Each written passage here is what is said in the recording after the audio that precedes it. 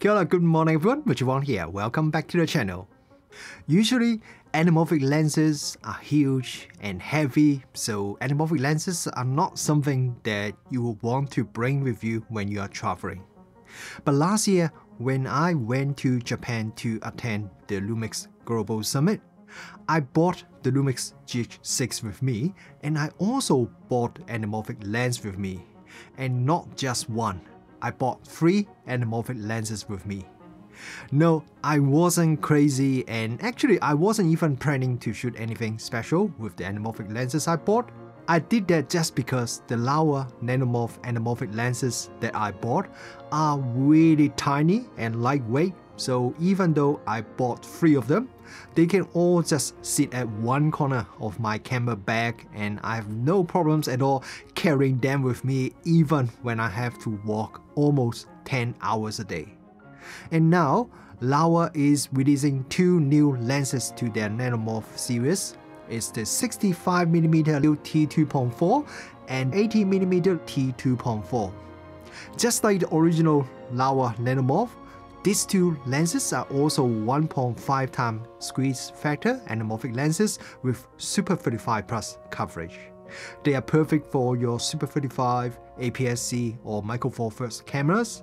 But depending on the aspect ratio that you want to shoot at, you could even use these lenses on a full frame camera just with a small crop. And I will talk about that a little bit more later on in this review. Now, if you have never shot with any anamorphic lenses before, you may heard of anamorphic lens but don't really understand what it is. Let me do a very quick explanation of what anamorphic lens is. 99% of lenses we use on our cameras are spherical lenses. What it means is, when we capture the image onto the camera sensor, everything will remain the same aspect ratio in the image that we captured compared to the real world subject. For example, a basketball would remain a perfect circle when we capture it as an image. It wouldn't become an oval shaped ball.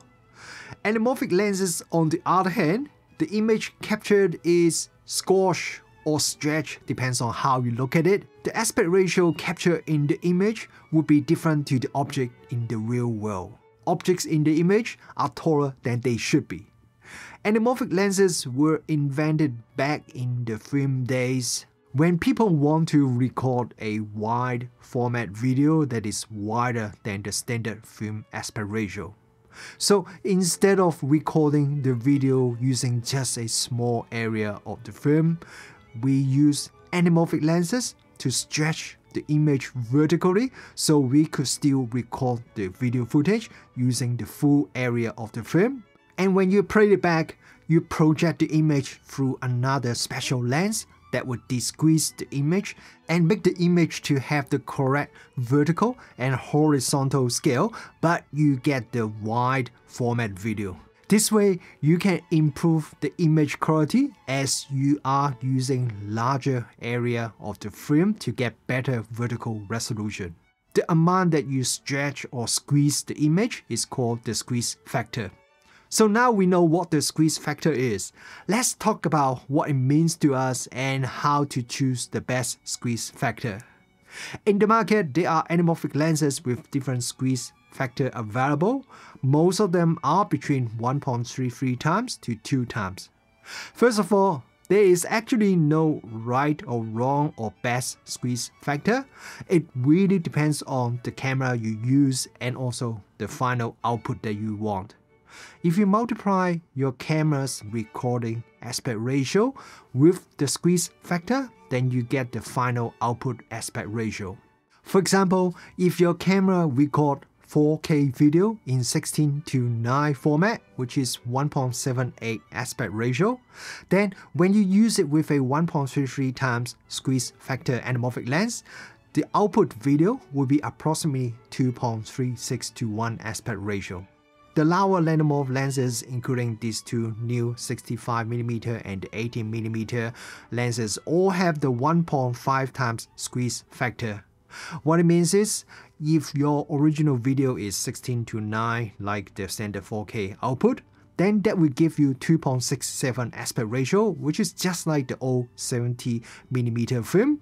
That's also the same aspect ratio as if you take photo using the classic Hasselblad X-Pan film camera. I personally really like this aspect ratio for both video and stills. If your camera can capture open gate in 3:2 aspect ratio like the Fujifilm X-H2S, then the 1.5 times squeeze ratio would give you 2.25:1 aspect ratio. Or if your camera capture 4:3 aspect ratio like the Panasonic Micro Four Thirds cameras in the open gate mode, or the Lumix S52 in the APSC Anamorphic mode, then it results in exactly 2:1 aspect ratio. I want to mention Laowa has also created a 1.33 times front anamorphic adapter for these lenses, so if you need a even wider format video, especially if you're shooting in 3:2 or 4:3 aspect ratio, then you could get that adapter to use it with the Nanomorph to get even wider output. Unfortunately, Laowa has not sent me a sample of that adapter, so I do not have any real-world experience that I can share with you in this review. As I've just said, there is no right or wrong choice when it comes to squeeze factor, but if you do want the wide format video output, the 1.5 times squeeze factor is pretty versatile as it works well with a range of sensor aspect ratio. Compare the 1.5 times squeeze factor with other anamorphic lenses. For example, the 1.33 times squeeze factor anamorphic lenses would work the best if your original footage is 16:9 aspect ratio, or if you shoot with the 2 times squeeze factor anamorphic lenses instead, then you really should be shooting in 4:3 aspect ratio, or otherwise if you shoot in the 16:9 aspect ratio, then the output would be way too wide. There's one more very important thing about the squeeze factor that I want to talk about. An anamorphic lens squeeze factor is not always constant. For a lot of anamorphic lenses, when you set the focus distance to very close, the squeeze factor would become smaller than the advertised squeeze factor. And for some lenses, the change is quite noticeable. For example, a 1.5 times squeeze anamorphic lens, its squeeze factor may no longer be 1.5 times squeeze when you're focusing at the minimum focus distance. It may be 1.45, 1.4, or even lower than that. So if you still apply a 1.5 times de-squeeze to the footage during post-processing, but the footage was shot at close focus distance, your scene will now look a bit squashed. This variable squeeze factor makes post-processing a lot harder as you need to apply different de-squeeze factor to different shots depending on the focus distance. And if you have a video that you're doing focus pulling, so the focus actually changes within the shot, then your squeeze factor would be changing within the shot. That makes post-processing even harder. Fortunately, these Laowa Nanomorph lenses are 1.5 times constant squeeze. Laowa said they have used a patent anamorphic design to ensure the squeeze factor doesn't change even when you change focus from infinity to minimum focus distance. That's what Laowa told us at least. But you guys probably know me. If this is something that I can check myself to verify, I would do that as part of my review. So I shot these two images at the minimum focus distance using each of these lenses. I measured the width and height of some of the boxes on that color chart, which is a perfect square. And then by dividing the height with the width of the area that I measured, I can calculate the squeeze factor. And the result I got is pretty much exactly 1.5 times. And that confirms what Laowa said about the constant squeeze is correct. That means for filmmakers, you can use these lenses and shoot at different focus distance without having to worry about the squeeze factor may change. Now, another thing the squeeze factor would affect is the bokeh. One of the special character that you got from the anamorphic lens is the bokeh. Anamorphic lenses would render bokeh balls in oval shape. By looking at the background bokeh, you can easily tell if a video was shot using an anamorphic lens or not. And usually a high squeeze factor lens would render the bokeh ball in a more oval shape. We'll look at the bokeh from this Nanomorph lens a little bit more later on in this review. The biggest selling point of the Laowa Nanomorph lens is the compact size and weight. And that's the reason why I brought 3 Nanomorph lenses with me for my trip to Japan last year. Otherwise, I wouldn't bring even one normal size anamorphic lens with me to a trip. So with these 2 new lenses, they are also very compact and lightweight. The weight of the 65mm Nanomorph is just under 700 grams or around 1.5 pounds. And the longer 80mm lens is only 20 grams heavier. So they are both very lightweight, especially they do still have a very solid full metal construction. Because of the longer focal length, the size of these 2 lenses are a little bit bigger than the 3 original Nanomorph lenses. But look at the size, I would still call them very compact for 1.5 times anamorphic lenses. I have been carrying both of them with me and walking around the town for the last few weeks, and that was not an issue at all. Just like other anamorphic lenses in the market, these 2 Nanomorph lenses are completely mechanical lenses as well. There's no electronic contacts, no autofocus or any other electronic features. There's no clicks on the iris ring as you would expect for an anamorphic lens, and the iris ring turns very smoothly. The focus ring has a 270-degree focus flow. The focus ring is not very tight and it also turns very smoothly as well. Both the focus ring and the iris ring are geared so you can use with follow focus very easily. While the physical size of this new 65mm and the 80mm Nanomorph are a bit longer than the original Nanomorph lenses, the position of the focus and iris rings are identical for all the 5 Nanomorph lenses, so it is still very easy to switch between these lenses even if you have a follow focus setup. There is a detachable lens support at the front for those of you who want to rig up your setup, but I was just mostly shooting handheld or with a very simple tripod setup, so I don't need to use that myself. One very cool thing about this Laowa Nanomorph that I wish more lenses would do is that you can change the lens mount quite easily by yourself if you bought the required optional parts. The sample lenses I got from Laowa are for the L mount, but Laowa heard that I'm keen to try them on the Lumix GH6 and the G9 too, so they also gave me the parts for the Micro Four Thirds mount. I did the lens mount conversion from L mount to Micro Four Thirds myself. Laowa has published an instruction video on their YouTube channel which shows some of the key points, but basically you just need to remove the original mount by removing a few screws and then install the new mount. The first time I tried it, it took me about 15 minutes as I was trying to figure out what exactly should I do or what exactly should I not do. But once I have done it once, it becomes a lot easier, so when I did it the second time, it was just a bit more than 5 minutes, and I could definitely do it even faster if I practice it a few more times. But anyway, I think the ability to change mount very easily yourself is really great if you have a few different cameras from different brands. Right now, I prefer to use my Lumix cameras to shoot with anamorphic lenses because the Lumix cameras have features like the anamorphic discrete preview and anamorphic IBIS. But who knows, maybe in a few years, another brand would have implemented even better anamorphic support, and I may want to use those cameras instead to shoot with the anamorphic lenses. So being able to future-proof these lenses by having the ability to swap to another lens mount quite easily yourself is definitely a very good thing to protect your investment on these lenses. The lens also has a focus adjustment feature which allows you to easily adjust the focus with the focus mount if you want to. Now let's have a look at the sharpness and start with the 65mm lens first. At T2.4, the center of the 65mm Nanomorph lens is slightly soft but acceptable.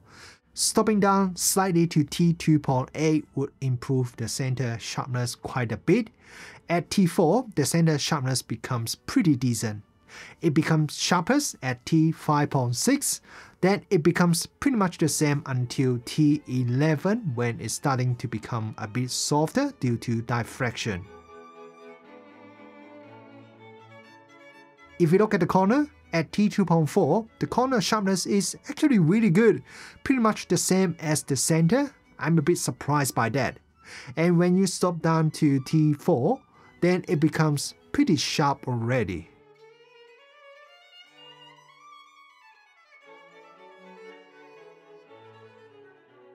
Now let's look at the 80mm lens. The center sharpness is also slightly soft at T2.4, then it becomes pretty sharp at T4. And after that, it remains the same until diffraction kicks in at around T11. Corner is also slightly soft at T2.4 and T2.8, becomes better at T4, then it becomes pretty sharp once you reach T5.6.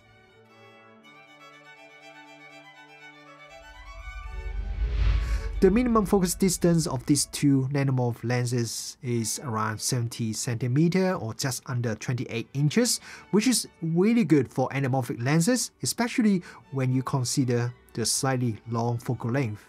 I do not have the maximum magnification ratio, but if you look at these examples that I shot at the minimum focus distance with these two lenses in APS-C mode, you can see the maximum magnification is not bad at all, as usually anamorphic lenses do not have great close-up shooting capability. But with these two Nanomorph lenses, you could do most of the close-up shots easily without having to add any diopter filters in front of the lens. The close-up image is also pretty sharp even at T2.4 with both lenses. And remember, I just mentioned before that the squeeze factor doesn't change even when you are shooting at the minimum focus distance. So with all this together, these two Laowa Nanomorph lenses are excellent choice if you need an anamorphic lens with great close-up shooting capability. I've mentioned just a bit earlier, one of the special character of anamorphic lenses is the oval shaped bokeh. With the 65mm Nanomorph, we got that oval shaped anamorphic bokeh. But quite often, it is not like a very regular oval shape. The oval bokeh is a bit curved towards the center of the frame. That is usually most noticeable when you are shooting at T2.4 and when the focus distance is very close.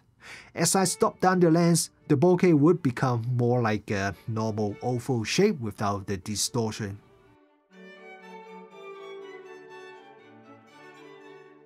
With the 80mm lens, because of the longer focal length, it is easier to blur the background more if you want. But apart from that, the bokeh looks very similar to the 65mm lens. The bokeh is curved towards the center when you're shooting at T2.4, and that will turn into a normal oval shape once we stop down the lens a bit. The bokeh is also pretty smooth. The transition at the edge of the bokeh balls looks pretty pleasant to me. At the beginning of this review, I mentioned these two Nanomorph lenses are designed with Super 35 Plus coverage. Let's have a look at my vignetting test results that were shot on a full frame camera using the full sensor, full width and full height. While the vignetting pattern is a little bit different, both lenses have some pretty strong vignetting at the corner, so you can't really shoot like this. But if you shoot in 16:9 aspect ratio, then the amount of vignetting is now much better, much smaller. And if you crop even just slightly, then the amount of vignetting becomes very acceptable. Now, if you shoot it this way, the very edge of the picture, the image sharpness wouldn't be that great. But how often would we need great sharpness at the extreme edge of the frame when shooting with an anamorphic lens? So yes, you could shoot with these lenses on a full frame camera in 16:9 aspect ratio, using almost the full width of the sensor if you want. I myself have shot quite a bit of video using the Lumix S5 II in full frame mode, 16:9 aspect ratio, and I just need to crop in slightly in post-processing, and this way I can use larger sensor area than APS-C. And now let's have a look at the result when we shoot in 16:9 APS-C mode. Even at T2.4, the amount of vignetting is still very minimal. And once you stop down the lens a little bit, then there's pretty much no vignetting visible at all. And if you use it on a micro four thirds camera, the result will be even better even if you shoot in open gate mode. And next, let's have a look at the distortion. With the 65mm lens, distortion control is really good. Look at this test sample, there is almost no distortion at all, so that is excellent. And now let's have a look at the test results from the 80mm lens. I'm a bit surprised because I do see a bit of pin cushion distortion. While it is not terrible, it is definitely noticeable in this brick wall test photo.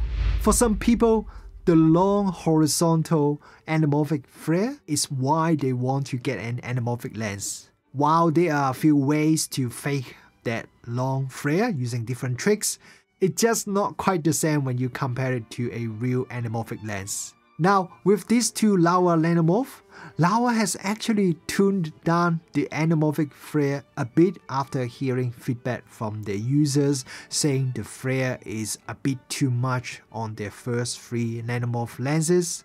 When I tried out these two lenses, I can immediately see the flare is a lot more conservative compared to the original Nanomorph. You can still see the anamorphic streak when there is a strong light source in front of the camera, but it's definitely not as apparent. The lens flare is not really asking for attention like a lot of anamorphic lenses in the market. Laowa has created 3 different options: amber, silver, and blue. The samples I received from Laowa is the silver version, which gives the more natural looking lens flare. When I first started testing these lenses, I didn't really like the lens flare. I thought they just don't look as nice as the original Nanomorph lenses. But after a while, I'm starting to see why people is requesting that, as the slightly more subtle anamorphic lens flare does make the image looks more balanced and not dominant by just the lens flare. Focus breathing is fairly well controlled by both lenses. When I do my usual 1m to 10m focus transition test, I can see a bit of focus breathing, but for a 65mm and 80mm lens, the amount is not bad, very acceptable in my opinion. I remember when I first started this channel, it wasn't that long ago, but back then, there were not that many anamorphic lenses available in the market, and there wasn't any really affordable anamorphic lenses. But now, we have so many affordable anamorphic lenses available in the market with different focal length, different mounts, different squeeze factor. That is really great for us users, as it is no longer just a dream to be able to shoot with anamorphic lenses. But for lens manufacturers, they have to work extra hard to make sure the anamorphic lenses are attractive when competing with some other brands. Some companies, they choose to price the lens as cheap as possible. To be honest, I'm a bit surprised by how cheap some of these new anamorphic lenses are. For Laowa, they almost never directly compete with the price. Well, at least not by making the lens cheapest possible in the market. And with these Laowa Nanomorph anamorphic lenses, the image quality is very decent overall. But the biggest selling point is definitely the size and the weight. These are some of the smallest and lightest anamorphic lenses available in the market. Even though the 65mm and the 80mm Nanomorph are a bit bigger than the original Nanomorph, they are still very compact. The 1.5 times squeeze factor is also pretty versatile and gives you more noticeable oval shaped bokeh. The close-up capability is also excellent, and I really like the fact that they are constant squeeze, unlike a lot of other budget anamorphic lenses which would change the squeeze factor as you change focus, which makes those lenses not suitable for professional work. However, the thing I like the most is that with these two new Nanomorph lenses, there's now a set of 5 lenses in this series, all share the same 1.5 times squeeze factor. They are all very compact and they have the same position for the iris ring and the focus ring. So you can build up a set of anamorphic lenses that covers focal length from 27mm to 80mm. This is pretty much essential for any kind of professional work, as you won't be shooting with just one anamorphic lens if you are shooting a feature film or any kind of project. So what do you guys think about these two new Laowa Nanomorph lenses? Is there any additional focal length that you want Laowa to add to their Nanomorph series? Drop a comment below and let me know your thoughts.